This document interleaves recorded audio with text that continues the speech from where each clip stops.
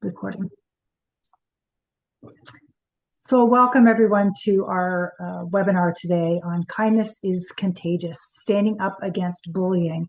I'm so pleased today to host this webinar on behalf of Elder Abuse Prevention Ontario with my co-host, the Canadian Network for the Prevention of Elder Abuse, and our guest today from Sheridan College, and who is working in partnership with the Bob Rumball Centre for the Deaf to work on a project on senior bullying. And they're going to be providing a really great overview of the project that they've been working on, I think for been over 4 years or 5 years now today. And we are so pleased that they are here to join and share their updates with us today.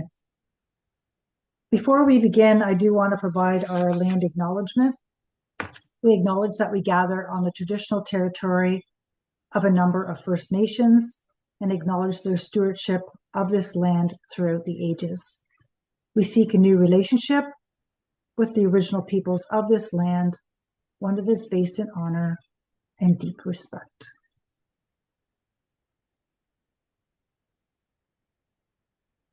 Just a few housekeeping items. As usual, all microphones and cameras will be off for attendees during the webinar, so we do encourage you to post comments or questions, comments in the chat box, and questions that you have for our presenters in the Q&A box that's on your screen.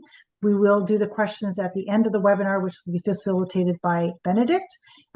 So we will try our best to get through all of them as at the very end and leave some time for that. As I mentioned, we have our ASL interpreters today. They will be visual on the screen. There's two interpreters, and they will change off and on, so you'll have them. You can pin them yourself, or you can change the speaker view yourself. There's a little grid box at the top of your screen, and you can choose how you'd like to see the presentation today. And as I mentioned, you can also enable or disable the closed captioning at the bottom of your screen if you would like to let the text shown on your screen. And we also appreciate your feedback. After our presentation today, there'll be a survey that will be popped up on the screen, just a link. If you provide your feedback, we greatly appreciate that. We'll also be sending a follow-up email with any links that we share today, and also the link to the survey in case you haven't had a chance to complete that. That really does help us guide where we want to sort of move some of our presentations forward, your feedback, how we can improve, etc. And as I mentioned, we are recording the presentation, and it will be posted on both the Elder Abuse Prevention Ontario websites and the Canadian Network for the Prevention of Elder Abuse website, along with any links that we share during the presentation today. Just a comment around privacy and confidentiality. We always remind our participants and attendees that we are here to provide education, and we know that sometimes circumstances may arise that you may be experiencing, let's say, bullying or elder abuse. We do encourage you to reach out to Elder Abuse Prevention Ontario after the webinar to seek some further support or information, resources that you might need. And we just, as I say, this is a public forum, so people, if you're putting something in the chat, people can see your name and information. So we would just respecting your privacy, and we want to provide some further assistance to you in more of a confidential manner. So please reach out to us after the webinar. Our contact information for both Benedict and myself will be at the end of the presentation. So just a little bit about our organization, if you haven't joined us before. So our vision and mission really is to make sure that seniors are free from ageism and elder abuse, where your human rights are advanced, protected, and respected. We changed our mission just recently because we felt the need to include the human rights issues as well as ageism, as they are so prominent in our society. We want to make sure that we address those to the best of our capacity to eliminate those in our that seniors may experience. We are mandated to support the implementation of Ontario's strategy to combat elder abuse, and we have been doing so since 2003. And that is funded through the Ministry of Seniors and Accessibility. And I'm going to ask my colleague Benedict just to introduce her organization before we get started. Thanks, Rayanne. Hi, everybody. It's nice to see you all. I see a lot of names that I recognize. It's very nice to have you here for Pink Shirt Day. I did my best with a slightly purple t-shirt because I don't own any pink. And I'm representing the CNPEA, which is the Canadian Network for the Prevention of Elder Abuse. We're a national organization, and we work to improve awareness, public education, and general capacity for a more coordinated approach to elder abuse and neglect across Canada. So that means that we're doing a lot of knowledge mobilization. We're also looking at policy reform and trying to improve policies and practices across the country when it comes to aging safely, to elder abuse prevention, neglect prevention. And I will even say now ageism as well has become kind of a very big part of the work that we do because those things are so connected. And the bigger vision really is that, we want to see all older people across the country having access to the services they need, to the supports that they need that are tailored for their specific needs across communities so they can live without fear of violence or neglect. If you want to learn more about our work, cnpea.ca. Of course, we're also on social media because that's just what happens these days. You can find us as well, CNPEA on LinkedIn, Facebook, and X still for the moment. And I'm very excited to hear from our speakers today. Thank you for coming. Thank you, Benedict. So as Benedict mentioned, today is Pink Shirt Day, and believe it or not, I forgot to wear my pink. Anyway, it's interesting that when we talk about Pink Shirt Day and bullying, a lot of the focus when we think about that goes to the younger children or elementary, high school children, people, but we don't often think about seniors being bullied as well. So we try to incorporate awareness around this. So in keeping with the Pink Shirt Day that we have, the CNPEA and EAPO had, I think 2 years ago, we started doing some infographics, which we'll share later, on bullying and older adults to bring greater awareness to this issue. And the theme this year mainly for the focus around Pink Shirt Day is children, but it is Let Kindness Grow, and which really aligns with our topic today that Kristen has talked about, that kindness is contagious. And I think, as we have, we can cultivate a community of kindness, and, the campaign for this year for Pink Shirt Day was, kind of giving the analogy of tending to a garden. Together, we can nurture this sense of belonging where we live and work. And it all starts with small gestures, a kind word, and offer support and understanding.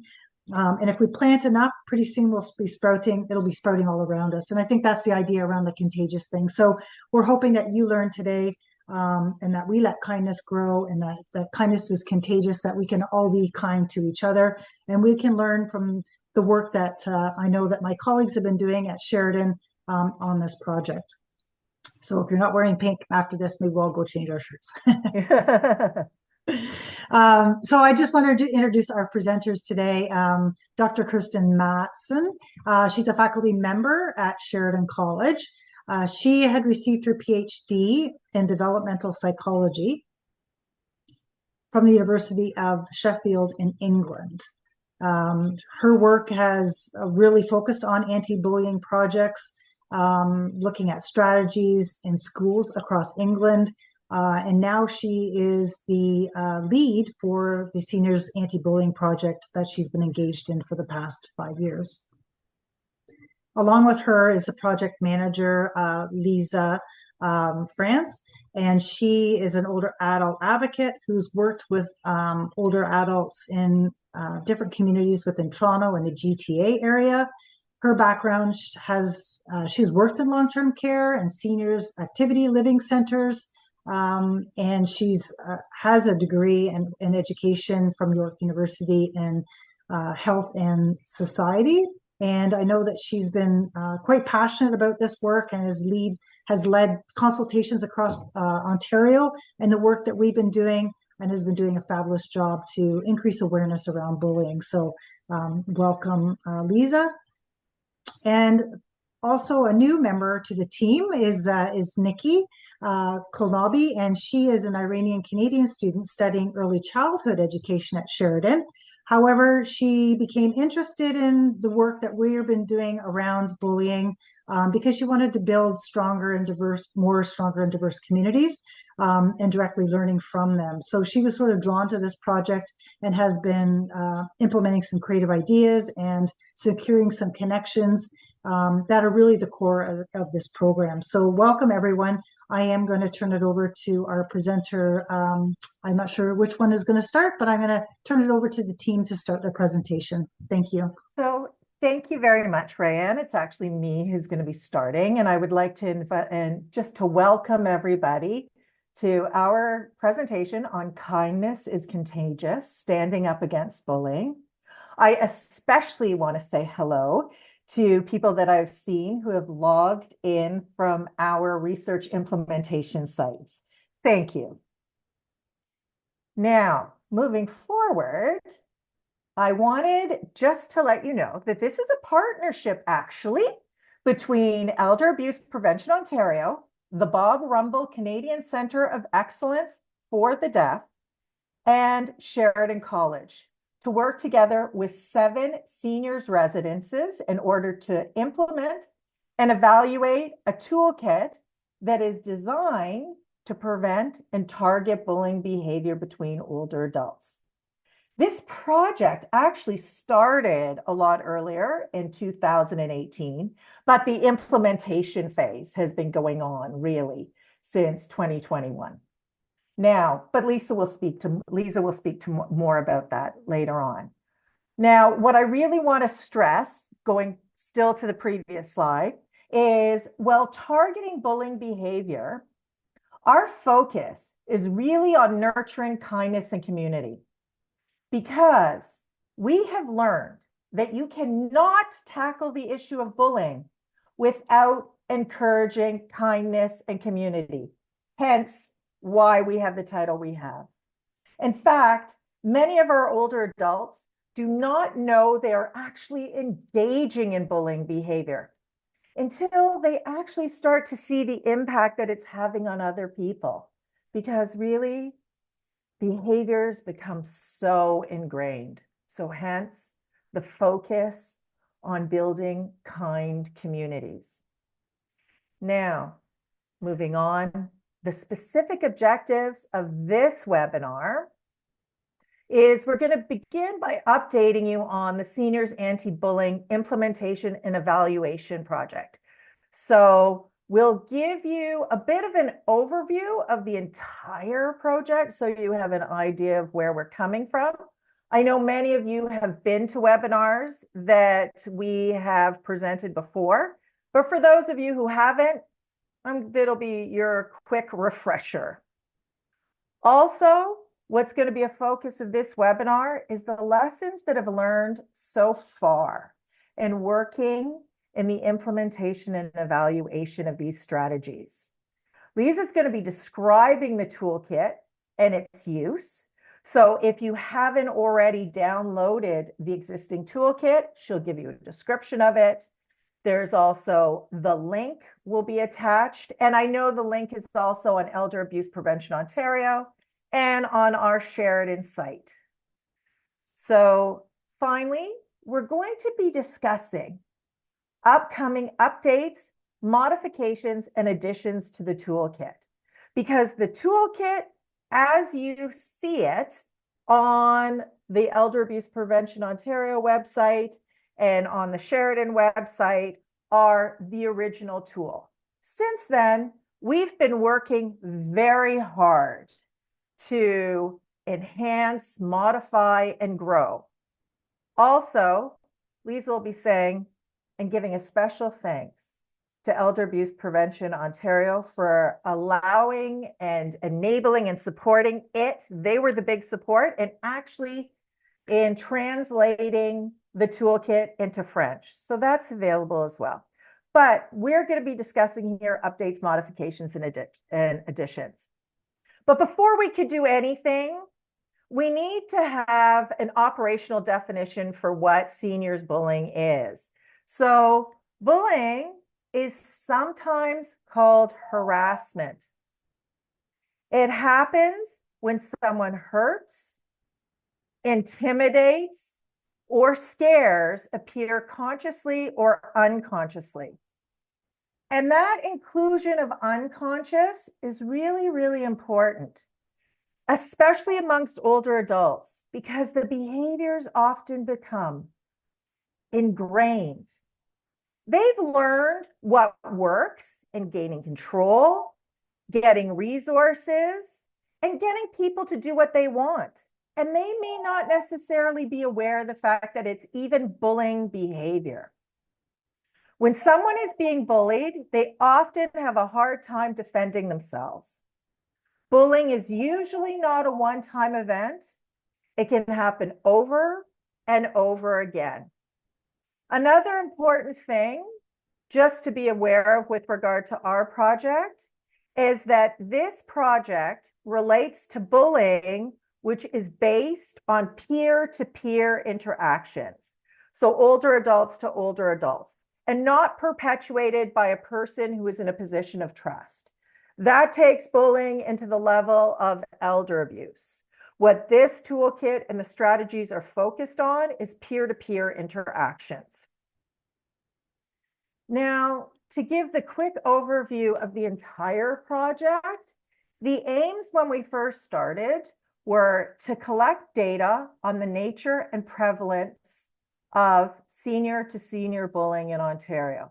Because really prior to our project, there wasn't data on this information. We knew anecdotally that older adults were suffering at the hands of other older adults from bullying behavior, but we didn't have a clear understanding of what it looked like. Then, once we had this data, we could use this data to create a resource package, which we call a toolkit, outlining best practices for older adults and those working with older adults to stop bullying. So thus far, we, in 2018, engaged in a survey of 683 older adults. It was online and in written form. And it became clear that, in fact, bullying behavior is happening amongst older adults. In fact, within the last 4 months of the survey completion, 56% of participants had reported that they'd been bullied. 36% had said they'd engaged in bullying.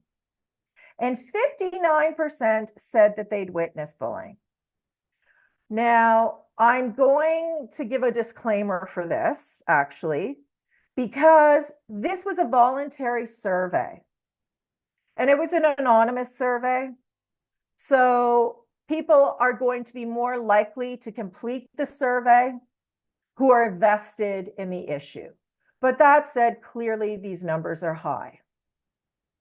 And another really important thing that came out of it is that out of the 36 people who said they engaged in bullying behavior, 77% said they were upset or extremely upset when engaging the behavior. So it sent a clear message to us that people were either engaging in this behavior out of frustration, they didn't know how else to react, and that alternative measures for conflict management really needed to be incorporated.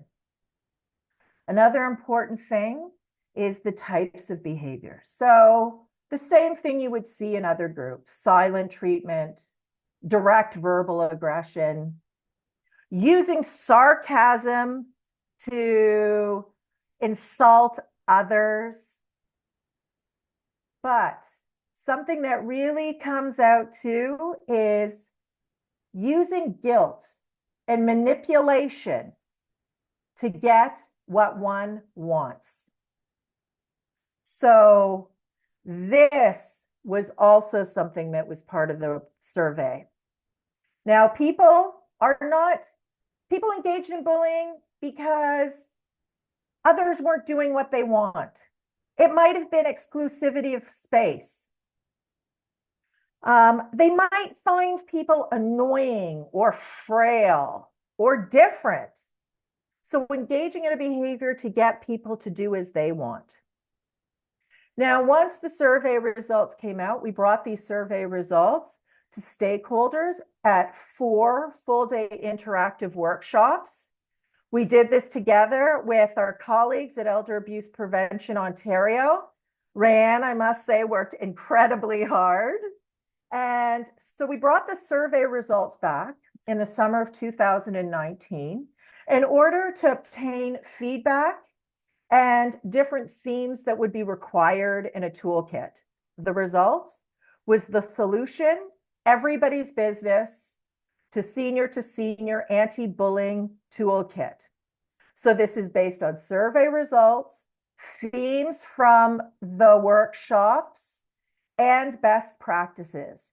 It was launched on March 13th, 2020 in an Elder Abuse Prevention Ontario webinar. And we all know what happened on March 13th, 2020. So we were slightly delayed getting into the next phase of the project until lockdown was over and we were able to re-engage. And that portion is what will be the focus today, which is the project to implement, evaluate, and improve upon the toolkit.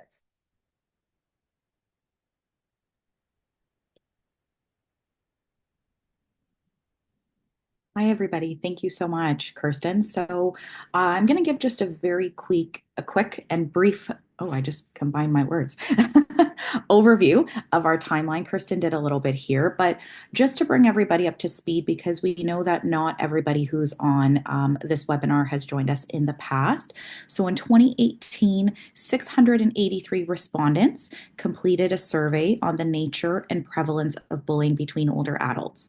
In 2019, together with Elder Abuse Prevention Ontario, we hosted 4 interactive workshops that we called think tanks that were held in Central and Southern Ontario with industry partners. The purpose was to share survey data and to get feedback to develop the anti-bullying toolkit. In 2020, in partnership with Elder Abuse Prevention Ontario, the Seniors Anti-Bullying Toolkit was launched on March 13th, 2020. And during lockdown from 2021 to 2022, work was being done to prepare for the implementation and evaluation portion of the project, which would allow facilitators from our project to work with host sites in the GTA and Halton areas. Finally, in 2023, the toolkit started to be implemented in 2 sites within the GTA, and that's when new and vital information started coming out of these sites and work was really well underway. 2024 till currently, the project is working with 7 sites in the GTA and Halton areas, and we are working to help as many older adults and the staff in these facilities live well together and encourage kindness between one another. So the current overall project aims is that we wanted to implement this toolkit in 7 seniors residences. So we have all kinds of sites such as retirement communities, seniors housing, and independent living. We want to systematically evaluate the processes described and the strategies included in the toolkit, and use feedback from the stakeholders at these 7 implementation sites to make modifications and additions to the toolkit.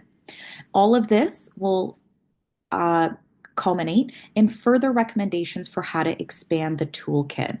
And one very important note about our partnerships with all 7 sites is that this is a train the trainer model that we employ, whereby each site has designated a staff, a board member, or a volunteer who attend each one of our sessions with the older adults, in the hope that after we leave and finish our partnerships with each site, They will continue the work of hosting workshops at their sites to continue the spread of kindness and working with one another. What I will do in the next couple of slides is I'm going to talk about the toolkit in an overview. And again, the links are in the chat. So if you would like, there is a link to the English as well as the French toolkit. I'll talk a little bit more about it. And here we go. So the toolkit aims. The aim of our toolkit was to prevent and target bullying behaviors between older adults. One very important note is that we never label our older adults as bullies or as victims. What we are looking at is the behavior. So you will see all throughout the toolkit, and even when we present today, that we will never talk about someone as a bully or a victim. We will talk about folks who engage in bullying behaviors and those who are on the receiving end of bullying behaviors. Because like Kirsten mentioned, many, many times what we have noticed is that older adults don't even know that they're engaging in these behaviors when they do so. So another aim was to include strategies and activities. And again, everything was based on the survey results, as well as the stakeholder feedback that we received at the think tanks and existing best practices. So how do you use our toolkit? So the toolkit is modular. You can download it online as a PDF, or it can be printed. Each module includes clear aims, an introduction, activities, templates, and resources. Now, one really wonderful thing is that Elder Abuse Prevention Ontario was instrumental in helping us to translate the toolkit into French in 2020 and is therefore available on both of our websites in both the English and French languages. If you happen to go onto the source website, which is the Sheridan website, the image that you see is in English, but when you click the download button, it will be the French toolkit that comes up under the French toolkit web page. The intended audience for our toolkit is senior leadership teams, staff, and volunteers from all kinds of older adult settings such as seniors residences, organizations, and anybody else who is really interested in the topic, and that many times are clients, volunteers, and older adults themselves. The toolkit has been created in a way that adheres to accessibility standards, whether that is being viewed online, the links are working, will take you to external sites in some cases, or whether it is printed in a hard copy format. It is formatted in a way that is created to be read quite easily. The first module that you will find in our toolkit is the policy and procedure. This is what we call the anchor of the toolkit. It is something that you will use to link to existing policies and procedures at each of your locations. For those who might not be familiar, a policy, simply put, states what the policy statement is, the scope and the definition. We are answering the question of why this policy is being developed and who the policy applies to. The procedure clearly outlines the actions and steps needed to meet the goals of the policy. The policy and procedure must also include clear instructions for reporting bullying behavior that aligns with each organization. One of the really important things that came out of not just the survey results, but also the think tank, is that the reporting part was something that was asked for from every stakeholder. Though this toolkit supports people in creating strategies for dealing with bullying themselves, it was made clear from the feedback that people still wanted an avenue for reporting in case it became more serious, it perhaps escalated, or simply it needed to be documented. The other thing about policy and procedure is that it is kept alive and updated. So we have made the suggestion that this policy be revisited, whether it's biannually or annually, and is something that is still relevant to each group of older adults it serves. The second module is discussion and education. The aim of this module is awareness raising and clarification. The activities included in the discussion and education module are useful as an introduction into any of the other modules that you will find within the toolkit. This module is composed of 2 activities. The first called Is It Bullying? Giving the communities a chance to go through scenarios as a group and determine if the scenarios are bullying. If not, they will determine what type of behavior could it be classified as. Groups will explore bullying, elder abuse, challenging behaviors, non-bullying behavior, and criminal activity. The second activity is a series of case studies that take place in different community settings, such as an independent living community and an active living center. This module is meant to begin generating discussion and inform the people engaging with this toolkit on bullying and how to recognize or differentiate bullying behaviors. This is where we really see people getting those aha moments, sparking discussion, sometimes realizing, oh, maybe I have done this in the past, and really starting to understand and define what are bullying behaviors. The next module is response training. It contains strategies and activities for addressing bullying behaviors.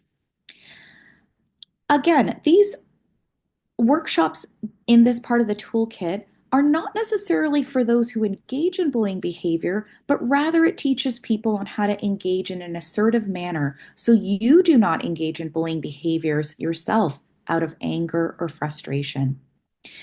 We facilitate people in considering alternatives to deal with their conflicts and perhaps frustrations, as well as, like we said earlier, to consider some of the alternatives such as assertive communication.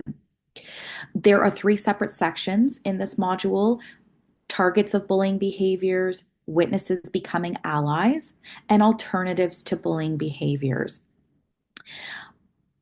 There are activities such as journaling, role playing, and eco mapping. One of the things that we've discovered, and I know that Nikki is going to talk about later in her portion, is if you advertise alternatives to bullying behavior, a lot of older adults think that sessions are for those who engage in bullying and will not come. So that's why, like I said, we do not label anyone. We are focusing strictly on the behavior itself and offering everybody at each site to join in all of the different sessions and engage in all the different activities within the modules. Now, module 4 is where we have really been doing quite a bit of work at all 7 sites. This module is called Creating a Positive Environment. And it has become very evident that bullying behavior is, in fact, a social behavior and a consequence of the social environment. Just as kindness is contagious, bullying is contagious as well if the environment is toxic. As such, a great deal of our workshops focus on community building and creating a positive environment where supporting one another prevails. This is the final module of the toolkit, and it aims to help older adults see the benefits of shared living or shared spaces through activities that promote the creation of positive environments for all. Currently, this module includes a list of suggested activities and resources that each organization can tailor to their older adult clients' needs and interests. Activities include an active kindness day, a special event template, as well as some video resources. And this is one of the modules that we are really going to expand on in the 2026 iteration, because through our sessions and our works with our host sites, it has become clear that kindness was a common ask at all sites. And finally, templates. This section of the toolkit, what you will find are various templates that you can use when starting an anti-bullying initiative. These templates are meant to be guides, and if you already have some of these documents in place at your organizations, then you can use our templates as a way to see if there can be any updates or changes made to your existing documents. Included are pre and post surveys, a guide for comfort agreement, an incident report form, templates for policy and procedure, and examples of posters that could be used in your anti-bullying initiative. Again, with regards to the activities and templates, we will be adding more program plans that align with each of the modules. Now, some of the really important lessons that have been learned to date. Like we've said throughout, bullying is a social behavior, and as such, the social environment must be addressed. Just as toxicity is contagious, so is kindness. Community building is key. Literally, what we learned from kindness being contagious is that oftentimes in different area and at different sites, we had to press a restart button, a restart towards kindness and community building, which involved such things as working on active listening skills and conflict management. In fact, one site, and I know there's representatives from that site here, their motto is now kindness and compromise. In fact, the seniors social committee starts their sessions now that there are only two rules: kindness and compromise.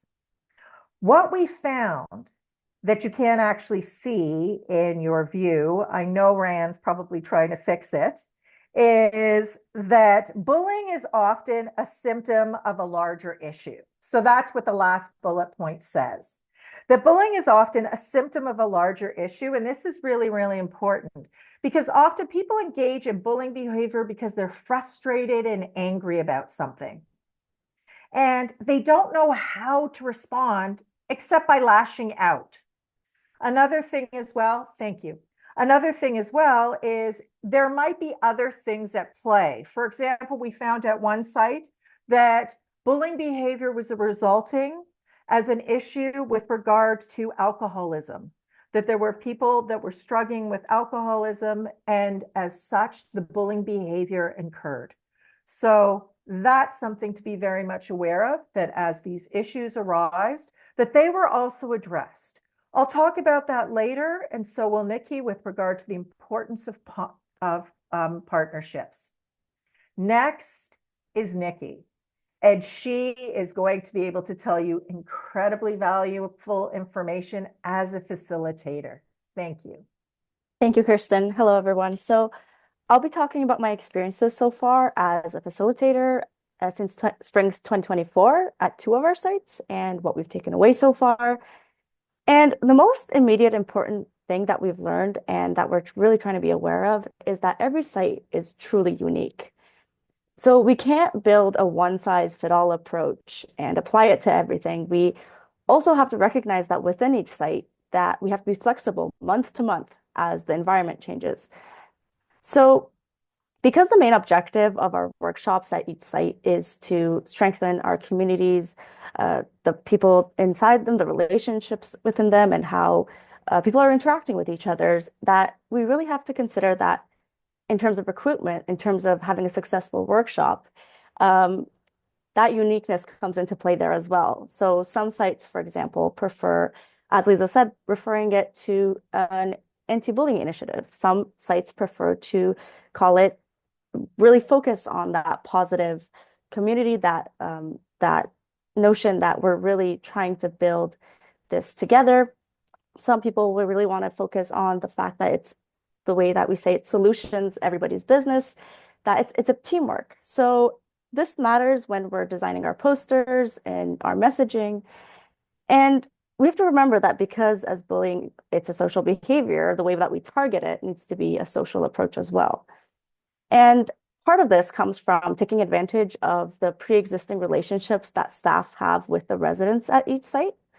So, for example, in terms of recruitment, staff know that some older adults prefer a knock on their door ahead of time or a phone call when the session starts. Some people prefer to be reminded at lunch that there's going to be a session later on. And the staff at each site is also really familiar with the preferences and during the workshops about different matters. So we really want to tap into that and use that as well. Now, in terms of being a facilitator, your own relationship with the residents is also incredibly important. And being able to implement some time before and after each workshop gives that opportunity to have one-on-one chats with the residents, whether it's they want to give feedback, they have something to note about the workshop afterwards, or maybe they have an issue that they would like a more private conversation about versus sharing it with the whole group during the session. So being able to have that one-on-one time, again, before and after each session really helps foster your relationship with the residents as well. And speaking about that feedback that they're giving, it's also important to us that throughout our project, we're implementing it again, month to month. We're doing each site, each session, receiving what they've been telling us and implementing in the next session. And we're not just waiting for the very end to collect everything and do it all at once. And for the next slide, where we're talking about the modifications to the toolkit, we already have some strategies and activities in the toolkit. And what we've been working through has been to listen to the participants and also incorporate their ideas as well. It's a two-way relationship. So we're taking what they're giving us and putting in their contributions, and they're learning from our workshops. They're learning from each other.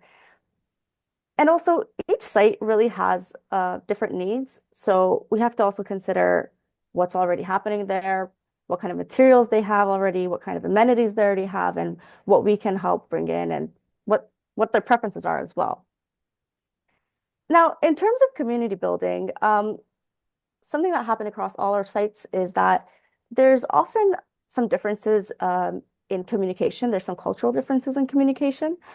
And we already have some sessions based on communication styles, based on assertiveness training, based on active listening. But what we noticed is that we wanted to bring in some activities that were about really talking about the connections between the people and their relationships and their common grounds. So in this scenario, I ended up creating a workshop that is a games night, and it's not like bingo. It's we ended up making very specific games that really target that finding those common grounds and getting to know each other better. And for example, this is at a smaller site too that I'm bringing this example from. So it's not like they're strangers, they see each other every day, but it came up that somebody, for example, liked musical theater, and another person in the group said, "Oh, I'm getting tickets for this thing. Would you like to join me?" Or somebody said that their family spoke French, and that was a common ground. And it's examples like this that really brings up the fact that sometimes day-to-day conversation about routines doesn't really create that opportunity to really connect. So creating a safe environment and a comfortable environment to intentionally do that is really important. And it's also important to us for the sessions to be recreatable because it's a train the trainer model. So we want the staff to be able to do what we've been doing later on, but we also really want to try to have them be recreatable from the residents' perspective as well. So if they want to host something that we've done again, between people they know, between their own friends, that they can do that as well. So it's good for them to be easily accessible, or to refer them back to the toolkit if they want to use some of the resources there, and really bring that concept of making sure that this goes on after us into our sessions. So I'm going to be talking about. Sorry, I'm just going to interrupt, Nikki. There's something going on people's screens. They're seeing black dots or something. So I'm just going to stop my screen share, and I'm going to start it again to see if that makes a difference. For sure. Sorry, apologies. Oh, no, thank you.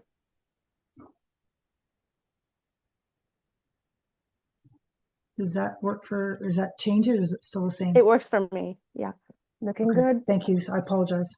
Oh, no, thank you. Thank you. So yeah, we have two sites that we're going to be talking about. The first one that we have is a larger retirement home, and they already host a lot of in-house activities. They have their own programs. So they're already doing that community building.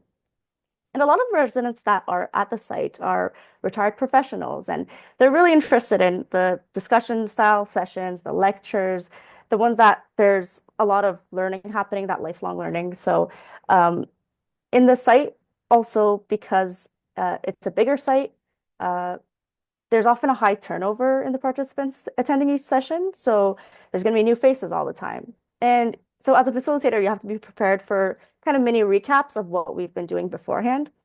But something that I've noticed that is happening here is that the residents who were there previously at previous sessions help bring the new faces up to date on what we've been doing, and uh, helping explain concepts to each other throughout the sessions and working through issues together and connecting it to their own experiences.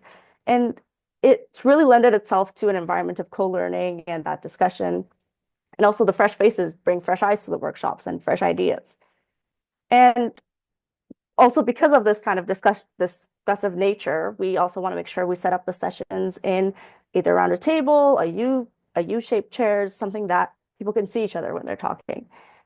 And also the site staff have been incredibly helpful with making sure that they're there for every session and helping us with setup, with cleanup, and also providing placement students, volunteers they have, and they're contributing to the sessions and discussions as well. So it's really a full site effort. It's not just I'm just going in and solo talking to the residents. It's really a collaborative effort.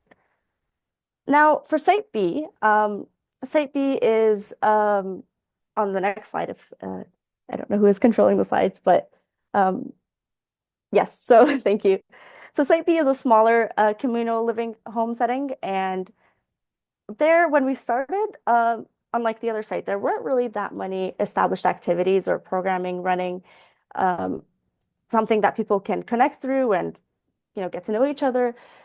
So over the months, we've noticed that we want to really focus on that aspect of community building. And we've noticed that from what we've been doing, it's kind of sparked a move from their end towards connecting to the community resources that they have and hosting their own activities. And they've also inspired us to make modifications. And for example, they connected with their local fire department for a presentation on the safe senior calendars that they have, or they held their own craft nights for the holidays. And currently, they're actually working on an open door event in the spring that I'm personally really excited about. But it's nice seeing the change throughout the months. And also, again, yeah, that impacts what we're doing, and realizing that, honing in on the fact that kindness is contagious. We really want that positive environments in our communities, and how much of a negative effect bullying has on the well-being of the whole community. So it's not just a solo, whether it's happening to me or not, if I'm staying out of it, it's the health and well-being of this whole environment that we're in and we live in. And it's a smaller site, but the benefits of it is that it also lets us directly see the individual change in dynamics as the time goes on, because there's that more consistent participation from the residents. We see the same faces, and it allows us to have more of a direct one-on-one feedback with them. And so it doesn't matter if you have a site with 3 people or 300 people, there's always going to be a benefit to creating these workshops and these environments for them. And lastly, the board and volunteer also have been very helpful in running our sessions and been very passionate about giving us ideas and following up with things. And it's been wonderful working with them so far. And I'll give it back to Kirsten. Thank you.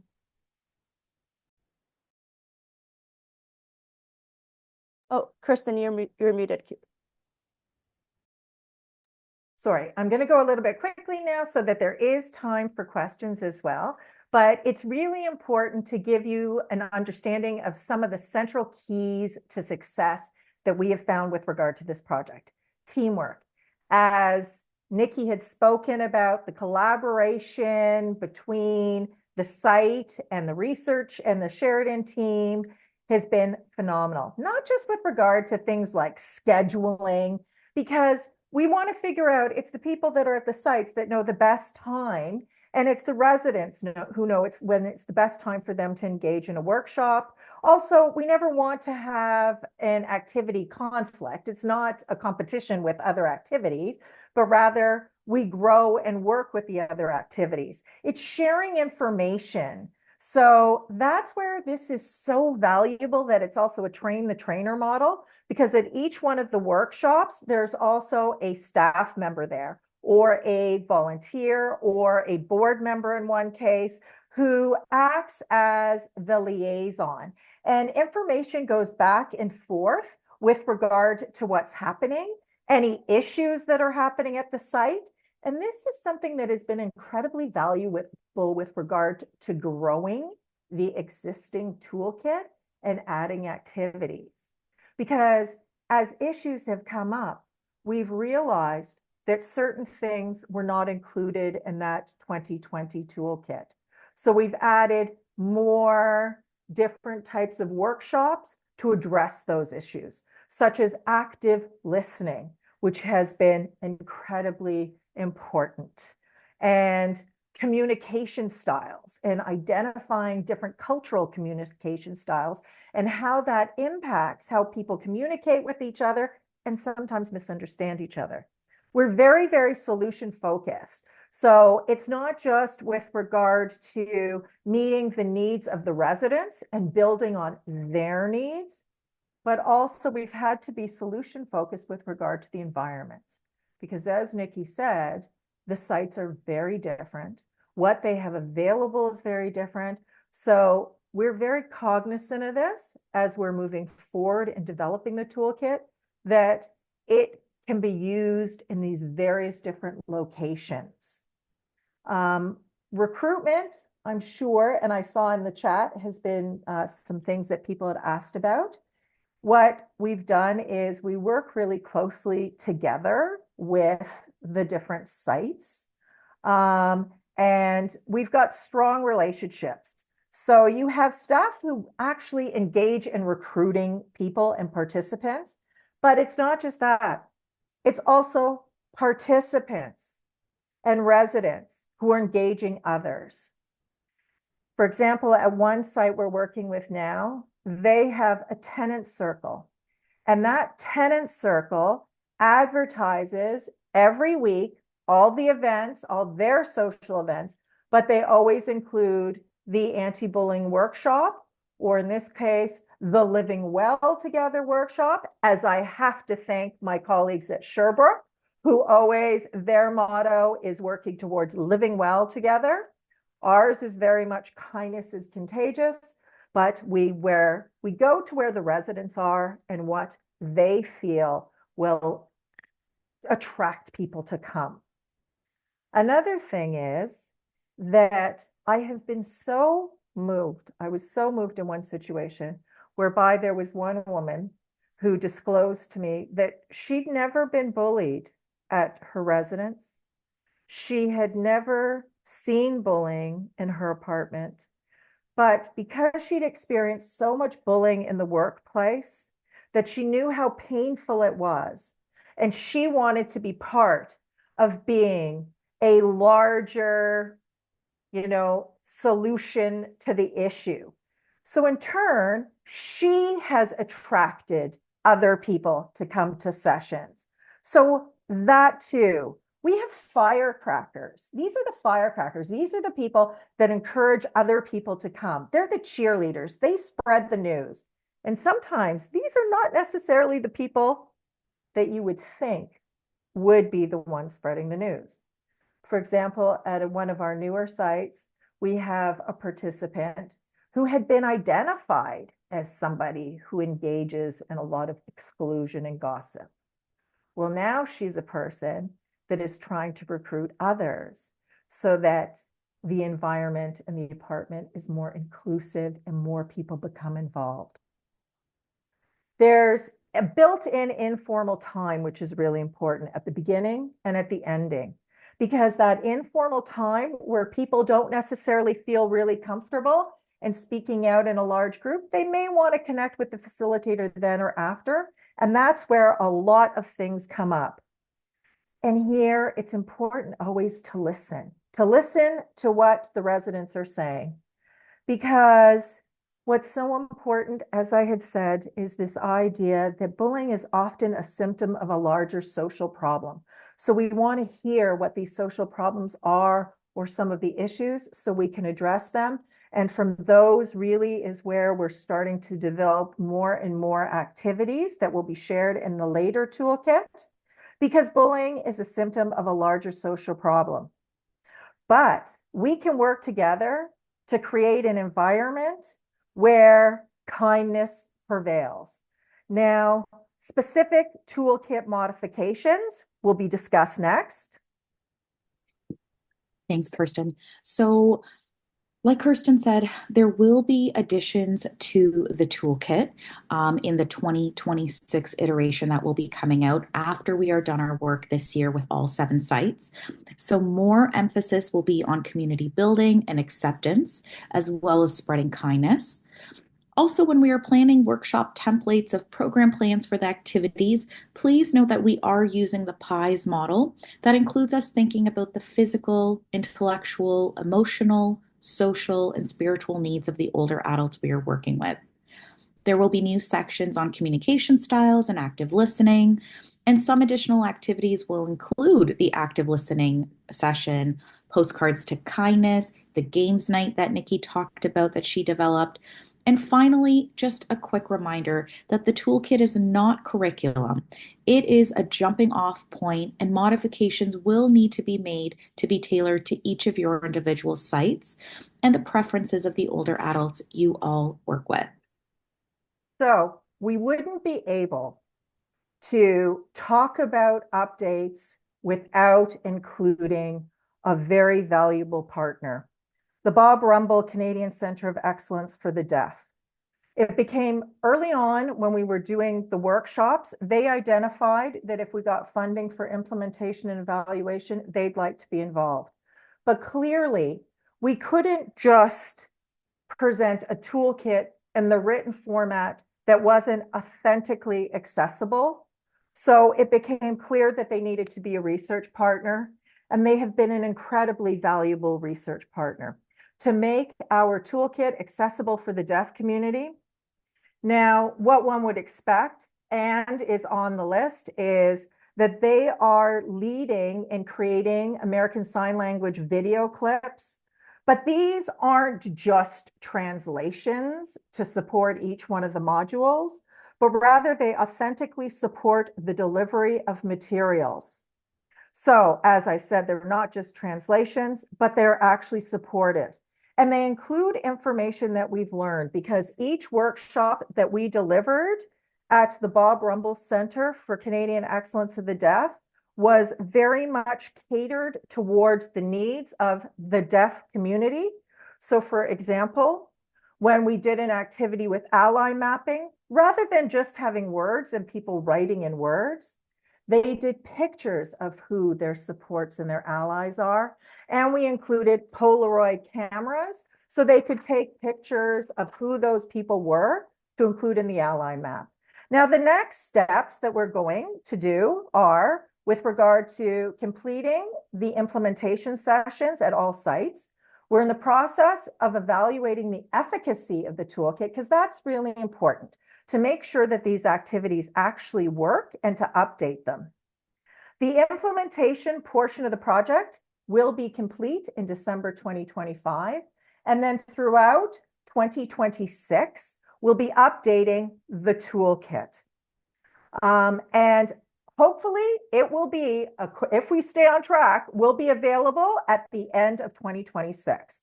For specific contact information, you can contact me directly, Dr. Kirsten Matson. I prefer to go by Kirsten, at the following Sheridan email address, kirsten.matson@sheridancollege.ca. Lisa Francis at lisa.francis@sheridancollege.ca. And here is the website link to the Sheridan website. We too also include all the webinars. So I did that incredibly fast. I must apologize to the ASL interpreter for having gone so quickly. I know how brutal that is. Now, hopefully, I don't know if we still have time for questions. We might go a little bit over, but we could take at least one just if we can. Sheila was asking, are there older people that are kind of kindness champions on site in those implementation sites, or do you have it maybe integrated into senior or family council meetings? So we're not part of the family, and we are a separate project whereby we're running workshops that are targeting, so we're targeting bullying behavior and supporting community building. That's something that different sites might do with regard to family, but we are focused in on working with the residents themselves. Now, as far as champions, they naturally start to come forward. And as I had said at our very first site, they have a social committee that was redone whereby now those people there begin every session with two rules: kindness and compromise. And further, you start to see that these people become more inclusive. Also, so many of the activities that have started to become developed really nurture this idea of being kind to each other, utilizing values that are supportive of each other.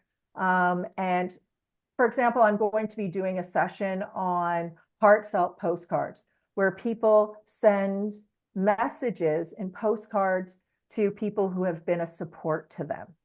And new residents or residents within that apartment who may need just that little bit of a hello and welcome. I know, again, I'm answering pretty quickly. Sorry. Sorry, Sheila. That's all right. We do, I mean, people obviously, have to get off the call because they have other meetings. It's a familiar thing happening. If anyone else wanted to ask some pressing questions to Kirsten and Lisa and Nikki, please do so by email or, email us and we can forward it to them. They'll be happy to follow up. We don't want to keep you any longer than this. Thank you so much for participating today and sharing this update is wonderful. Brianne, any last words? Yeah, I just wanted to, I think people know how to get our newsletter. I think everybody's been there. The one thing I just want to let people know is that we do have a podcast launched called Aging Vibrantly, Conversations to Empower Seniors. We haven't talked about senior bullying, but we are going beyond our project and sustaining this podcast beyond March. So maybe this is a session that we can invite a senior or someone to speak on that. So you can find this on YouTube or Spotify.